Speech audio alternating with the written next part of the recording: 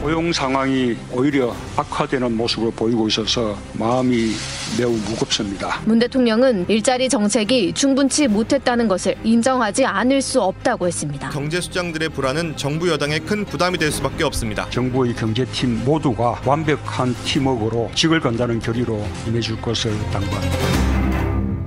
직을 건다는 결의로 임해달라.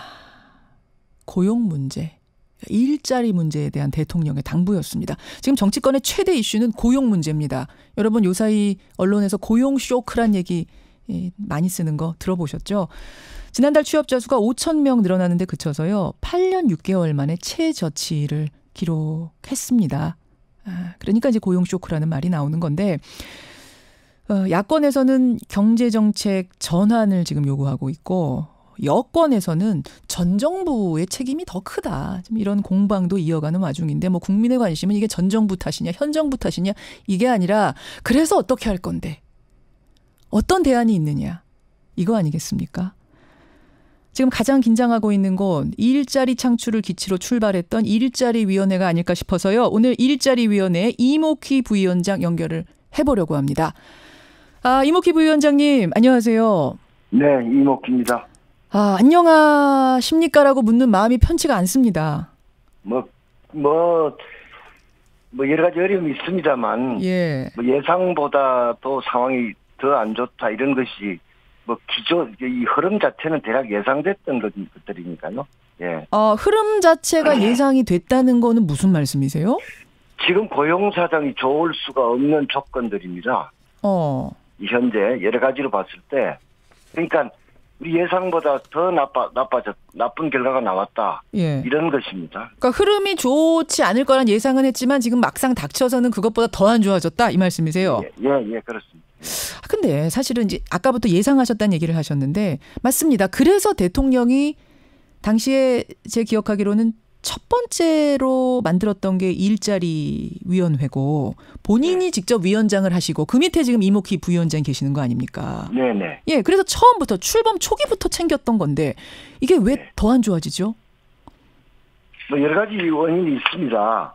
어쨌든 그 연유와 관계없이 국민 여러분께 죄송스럽게 생각합니다. 예. 이 원인을 보면 정부가 관리할 수 없거나 관리하기 어려운 요인들이 있고요. 이게 주된 요인이라고 저는 보고. 그게 이제 외부적인 요인입니까? 예. 예를 들면 어떤 겁니까? 요즘 노동인구가 지속적으로 감소하고 있습니다. 예를 들면 현재 노동인구를 조사해 보면 전년 같은 달 대비 10만 명 이상 줄고 있습니다. 그다음에 베이비 부모 세대의 아들, 딸이 네코 세대들이 지금부터 한 3년 기간에 걸쳐서 노동시장에 대거 진입하고 있습니다. 또 하나는 자동차 조선산업의 구조조정이 크게 일어나는 것은 다 알고 계실 거고요. 일부 산업업종에서 지속적인 경기 하강이 일어나고 있습니다. 대략 이런 요인들은 관리하기 어려운 쉽지 않은 요인이다. 이렇게 보고 다만 그럼 정부의 노력은 최선이었느냐. 그렇게 보이지 않습니다. 정부의 노력이나 대응이 부족하거나 미흡했던 이런 측면들도 분명히 있다. 저는 이렇게 생각합니다. 일각의 요인, 말씀하십시오, 부위원장님. 제일 중요한 요인으로서는 일자리위원회든 정부든 민간 일자리 창출의 동력을 만드는 이런 정책들을 만들어서 그게 예산에 반영돼야 효과가 나타나는 거 아니겠습니까? 그런데 올해 예산에는 추경에서 나타난 청년 일자리 정책 그리고 기본적인 일자리 정책 말고 특정 일자리 정책을 만들어서 올해 예산에 반영해서 효과가 나타날 만한 이런 정책들을 제대로 만들지 못했습니다. 그것은 예를 들면 일자리위원회가 만들어지고 예산을 편성할 때 기간까지 3개월 또는 올해 5월 추경을 편성할 때까지 보면 한 10개월 동안 의미 있는 민간 일자리 창출의 동력이 되는 정책들을 제대로 만들고 예산에 반영하지 못했다. 이런 게 하나 있고요.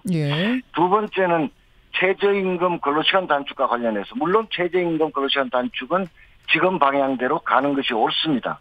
그러나 사전 준비, 사후 대응 이런 게 좀 부족하지 않았느냐. 이렇게 이런 지적을 할 수 있습니다. 자, 잠깐만요. 자, 그 부분 지금 쭉 계속 말씀하시면 청취자들이 조금 헷갈리실 수도 있어서 제가 중간에 잠깐 죄송하지만 끼어들겠습니다. 최저임금하고 근로시간 단축 얘기를 하셨는데 방향은 맞다.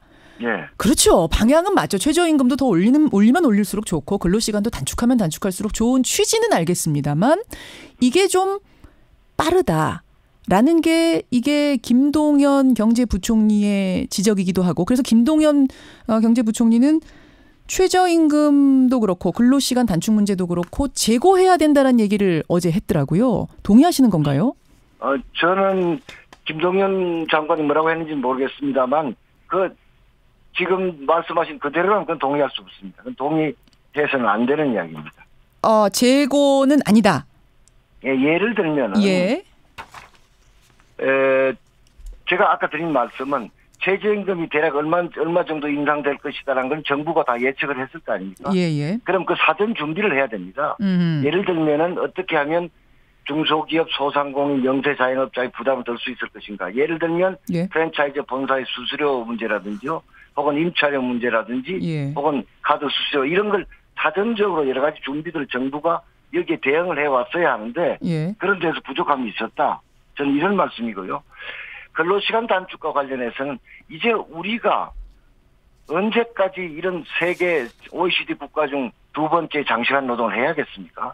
이건 아니고 다만 근로시간 단축으로 생기는 여러 가지 문제 중에 예를 들면 탄력 근로시간제 같은 게 있습니다. 이런 것은 예를 들면은 노동자가 직접적으로 임금 손실을 보는 건 아니니까요. 조금 불편하긴 하겠죠. 한 달에는 52시간 일을 하고 또 다른 달은 52시간 미만 일하고 이렇게 되면요. 그러나 이런 것은 현재의 그런 업종들의 어려움을 생각해서 정부가 좀 제한적으로 검토를 하고 좀 예를 들면 검토해서 정책을 내는 시기를 앞당길 수 있고 뭐 대략 그런 점에서는 얘기할 수 있습니다만 최저임금 정책 근로시간 단축을 수정해야 한다. 그건 옳지 않은 이야기입니다. 제가 정확하게 어제 김동연 부총리 워딩을 좀 소개하자면 정책 우선순위에서 조율이 필요하다. 정책 수정을 검토할 수 있는 정책으로는 근로시간 단축을 예로 들었습니다. 여기 그러니까 동의하기는 어려우시단 말씀이세요. 보완책을 마련하는 쪽으로 가야 한다. 근로시간 단축은 법으로 돼 있는 거거든요. 이걸 고치려면 내용을 줄기를 고치려면 국회에서 다시 심의해야 됩니다. 국회에서 해달라는 요청입니다. 지금 김동연 부총리는. 김동연 부총리가 그렇게 요청을 했다고요? 국회에서 다시 논의해야 할 정책의 예시로 지금 이 부분을 드셨어요. 그거는 제가 보기에는 경제 정책을 책임진 그런 국무위원으로서 부적절한 발언입니다. 부적절한 발언입니다. 그 왜 어떤 맥락에서 나왔는지 잘 모르겠습니다만 적절치 않습니다. 그렇게 보시는군요. 이 부분에서는 확고한 생각 갖고 계시네요. 이제 근로시간 단축에 대해서는 갑론을박이 있고 사실은 이게 이렇게 일괄적으로 적용할 수 있는가에 대한 사실은 의문이 시중에 좀 있고 또 하나는 소득주도 성장. 이것도 우리 현실이 소득을 올려서 경제를 돌릴 그런 여건이 아직 아니지 않느냐. 너무 빨리 소득주도 성장 시작한 거 아니냐. 이것도 좀 방향 틀어야 될 시점 아니냐. 이런 얘기들이 야권에서 나오거든요. 어떻게 보세요? 야권도 나오고 많은 언론이 그렇게 지적을 하고 있지 않습니까? 저는 예상했던 일이다 이렇게 생각합니다. 근데 이런 말씀을 하고 싶습니다. 그분들이 하고 싶은 얘기는 기업 프렌들리 해라. 규제 혁파해라. 낙수 효과에 의한 경제 성장 동호해라 이거거든요. 근데 이 낙수 효과라는 것은 이미 오래전에 그 수명을 다한 이론입니다. 미국의 공화당마저도 폐기처분한 이론입니다. 또 하나 말씀드릴 것은 우리가 대략 가고 싶어하는 선진복지국가. 이것은 이름이 소득주도 성장이든 임금주도 성장이든 선진복지국가가 걸어와서 성공한 길입니다. 이게. 이름이 소득주도 성장 이렇게 붙이지 않아서 그렇지 선진복지국가들이 가는 길이 지금 이 길이다. 이렇게 와서 성공한 길입니다, 이게. 근데 조금 우리가 그들과 비교했을 때 스웨덴이라든지 이런 선진 복지 국가랑 비교했을 때는 아직 샴페인 터트릴 단계는 아니다. 이런 얘기들을 전문가들이 하시더라고요. 예를 들면 그런 사람들한테 이렇게 반문하고 싶습니다. 스웨덴 같은 나라는요. 국민 소득이 10,000불도 안 됐을 때 과감한 복지를 시도했습니다. 우리가 만약 그런 시도를 했으면 그분들이 뭐라고 했겠습니까?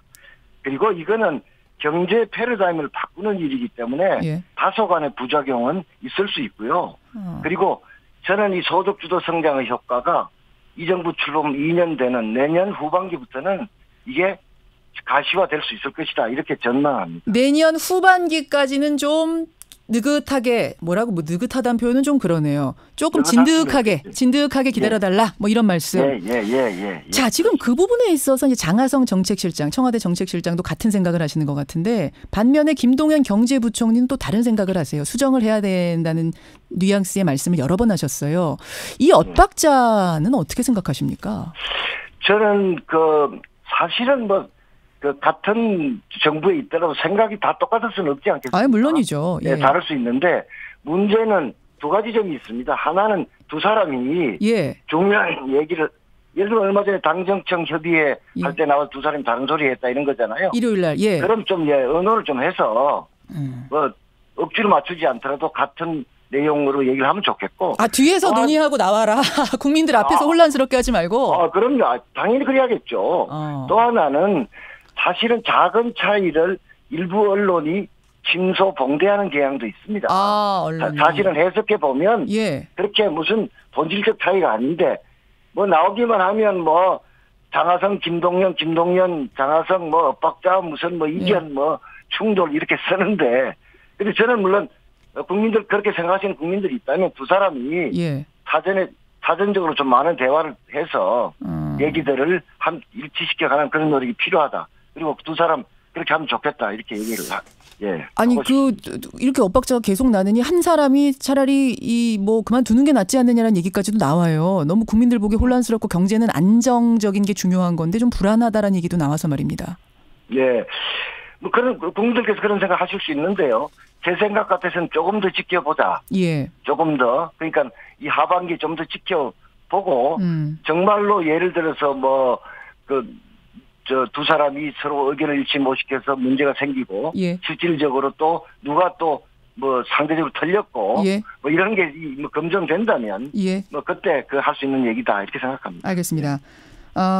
김진눈깨비라는 청취자님이 대통령이 하셨던 말씀을 그대로 질문으로 주셨어요.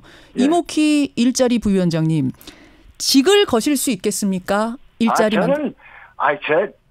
제가 무슨 직을 건다는 게 어떤 의미인지 모르겠습니다. 예를 들면은 이제 부총리나 정책실장 그런데 저는 언제든지 직을 걸고 있습니다. 그러니까 그 말은 예를 들면 국민들께서 잘 못한다 그러면 그 국민들한테 책임을 져야죠. 일자리 살아나겠습니까? 마지막 질문. 저희들이 지금 사실 아까 말했습니다. 민간 일자리 창출은 일자리위원회에서는 별로 그런 정책이 없습니다. 그런데 지금 우리가 만드는 6월 달에 한 일자리위원회, 5월 달에 한 6차 일자리위원회, 8월 말 9월 초에 하는 7차 일자리위원회, 9월 말 10월 초에 하는 8차 일자리위원회 민간 일자리 전체를 합치면 4년 동안 대략 50만 개, 이거는 아주 검증을 철저히 한 것인데 50만 개 정도 일자리가 만들어집니다. 이게 언제부터 가시적으로 그럼 눈에 보이는 건가요? 지금은 최저니까. 예산이 반영돼야 되니까요. 내년부터 가시화되는데 내년 2, 4분기부터는 확실히 눈에 보이게 될 겁니다. 믿겠습니다. 지금 직을 건다 말씀하셨어요. 직을 거는 게 아니라 항상 책임집니다. 오늘 고맙습니다. 네, 감사합니다. 일자리위원회 위원장은 대통령이고요. 그 밑에 부위원장, 이모키 부위원장이었습니다.